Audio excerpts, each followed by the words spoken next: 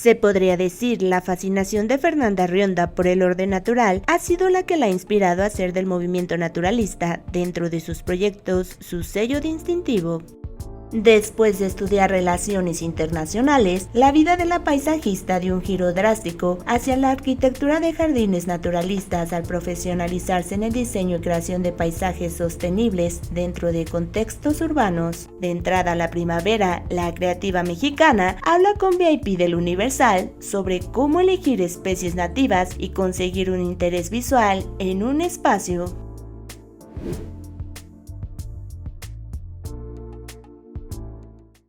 No lo considero solamente una tendencia, lo considero un resultado natural del momento histórico que estamos viviendo en cuanto a cambio climático y específicamente pérdida de biodiversidad en diferentes ciudades o países del mundo. Es nuestra responsabilidad crear jardines lo más biodiversos posibles, aunque estén en medio de la ciudad, para ayudar a aumentar la biodiversidad a nivel global, ¿no? Hay países que han perdido entre el 1 y el 2% de su biodiversidad, tales como el Reino Unido, por ejemplo. México ha perdido bastante, pero no impactan tanto todavía en algunos sitios el cambio climático. Entonces, hay que investigar qué plantas podemos reintroducir a nuestros sitios, pero y empezar primero por los sitios urbanos, ¿no? Antes que es donde más podemos tener impacto los diseñadores. Un monocultivo no brinda biodiversidad, un jardín estructurado tampoco brinda biodiversidad. Bueno, puede estar altamente estructurado mientras la plantación sea muy natural. Si te fijas aquí, el diseño es bastante estructurado porque son líneas rectas, pero la plantación no lo es. Y esa es la tendencia y el contraste que yo quiero presentar en este proyecto.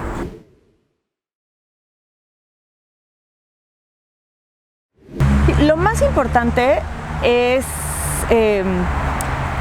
comprar plantas que no se consideran invasoras, como por ejemplo algunos pastos africanos, saber en tu zona qué se considera invasor, privilegiar el uso de plantas nativas de México, pero yo no me limitaría a únicamente plantas nativas de México. Sí se puede, y de hecho es imposible diseñar con plantas nativas de México exclusivamente, ya que no existe ni la oferta comercial para hacerlo. Revolver y hacer mezclas inteligentes con plantas exóticas no invasoras, y sobre todo a mí me gusta mucho mezclar diferentes familias de plantas, ya que en mi experiencia atraen diferentes polinizadores, no nada más un solo tipo de polinizador.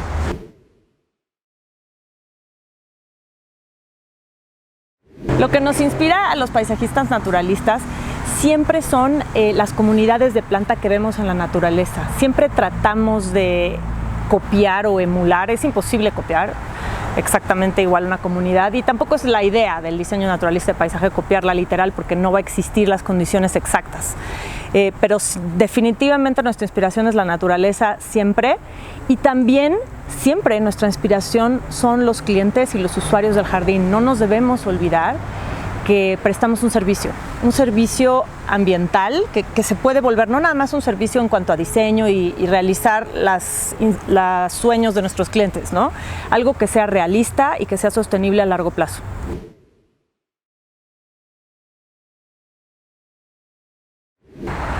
Ver México como un líder en paisajismo, que no hemos estado relegados siempre un poco a las páginas que nadie nos hace mucho caso, porque aunque sí tenemos grandes paisajistas, yo me encargo mucho de promover la plantación a nivel especies. Hay grandes paisajistas, empezando desde Luis Barragán, y que tenemos gran tradición arquitectónica, y me gustaría ver que en México seamos especialistas en aumentar la biodiversidad en los jardines. Trabajo por y para mi país, que es donde nací, y me encanta verlo, y me encanta hacer un diseño naturalista netamente mexicano y ser un poco la líder y pionera en esto. Me gusta mucho colaborar con despachos de arquitectura de paisaje y con urbanistas, que tenemos varios geniales en México, y asesorarlos en lo que yo podría considerar lo que se llama el diseño de plantación, que es la parte suave del diseño, aunque también diseñamos la parte dura del diseño, pero me gusta mucho trabajar con plantas. Yo diseño con plantas y ese es mi modus operandi.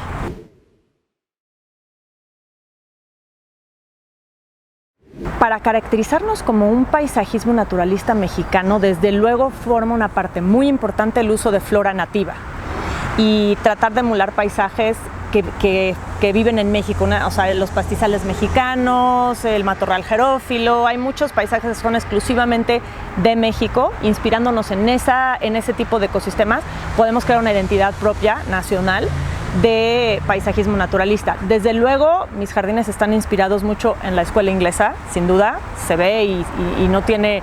Es mucho también por la experiencia que tienen las personas y mi experiencia personal en visitas y viajes al Reino Unido. Creo que los paisajes, ningún paisajista puede ser igual que otro y cada paisajista tiene su sello y a mí me gusta mucho. Creo que cada vez mis jardines se ven más mexicanos por el uso de las plantas silvestres que antes nos costaba mucho trabajo conseguir. Ahora sí hemos conseguido muchas a través de viveros, que hay varios en México que venden plantas nativas de México, y también con experimentos nuestros propios en nuestro vivero experimental que tenemos en la zona chinampera de Xochimilco.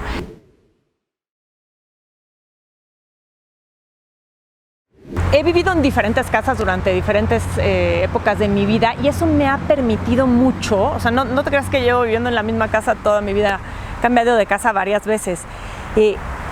Estar un poco desapegada a un mismo jardín me ha obligado a reinventarme cada vez que cambio de casa, tengo jardín. Ahorita, por ejemplo, ahorita en este momento de mi vida no tengo jardín y eso me obliga mucho a volcarme en los jardines de mis clientes o en los jardines de diseño o en la chinampa. En la chinampa tenemos un jardín donde experimentamos, pero de los experimentos más interesantes que he hecho en mi propio jardín fue durante la pandemia, que decidí no podar el pasto durante 2 años. Esa fue una decisión súper controversial en mi familia y todo el mundo, o sea, porque se prestaba, es un tipo de pasto que no crece, que es el pasto paspalum, y ahí me di cuenta que yo había planté una pradera ahí dentro del jardín, pero sí tenía césped para uso social, perrito y demás. Pero en el momento que dejé de podarlo, me di cuenta que ese pasto no necesita ser podado más que una vez al año o 2, no crece casi nada. Y las plantas de la pradera volaron sus semillas al pasto y se veía, tengo incluso fotos de ese espacio y las plantas se veían increíblemente naturales. Me fascinó hacer ese experimento, como lo documenté y lo tenemos en fotos. Poco a poco mis clientes han dejado de querer el pasto perfecto y el pasto súper fertilizado de campo de golf, que realmente no es algo natural.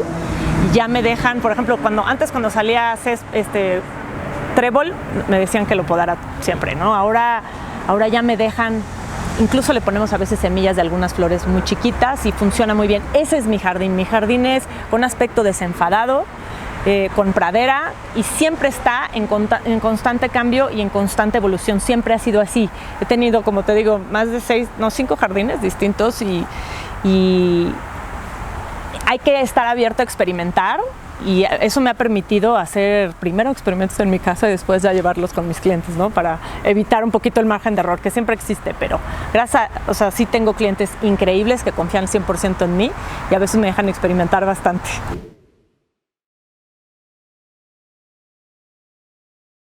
Durante la pandemia nos dimos cuenta de la increíble necesidad que teníamos de un área verde, aunque fuera un balcón. Y de hecho diseñamos en 2020 en Design House una cosa chiquitita de 1 metro de largo por 80 de ancho en un balcón.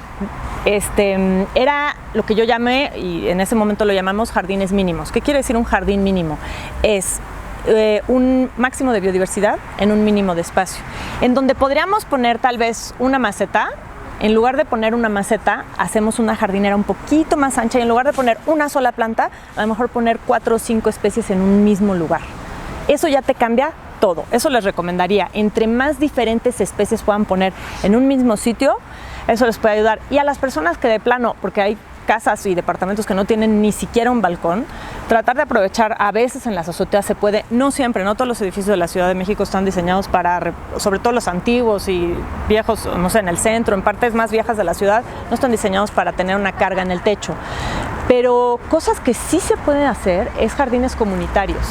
Y más que crear jardines nuevos, yo siempre he sido absoluta fanática de restaurar espacios que ya están en la Ciudad de México y que están abandonados. Entonces, a lo mejor a través de una asociación de vecinos, si están viendo que el parque enfrente de su casa está mal o el jardín que tenía, que, pues o sea, si tú te acercas a las autoridades, hay muchos casos de personas que se ponen de acuerdo y las autoridades dejan que ellos, al contrario, ¿no? Les importa y les conviene que les cuiden el parque. Entonces, yo creo que todos tenemos un papel que jugar aquí. Incluso las personas que no tienen un jardín, ¿no? Esta es mi recomendación y sí les recomendaría que, o sea, a cualquier persona, sobre todo que se pongan a experimentar, que no tengan miedo. Siempre se puede experimentar y solo experimentando van a lograr el aspecto del jardín que ellos quieren. Obviamente informarse, hay muchísima información en internet, pero experimentar con poquito. Como te digo, a lo mejor comprar una caja grande en lugar de una maceta de 60 o 45 centímetros de ancho, poner a lo mejor 3 o 4 macetas juntas y mezclar diferentes especies, van a ver la diferencia que si nada más ponen un solo arbolito con piedritas abajo, ¿no? Por ejemplo.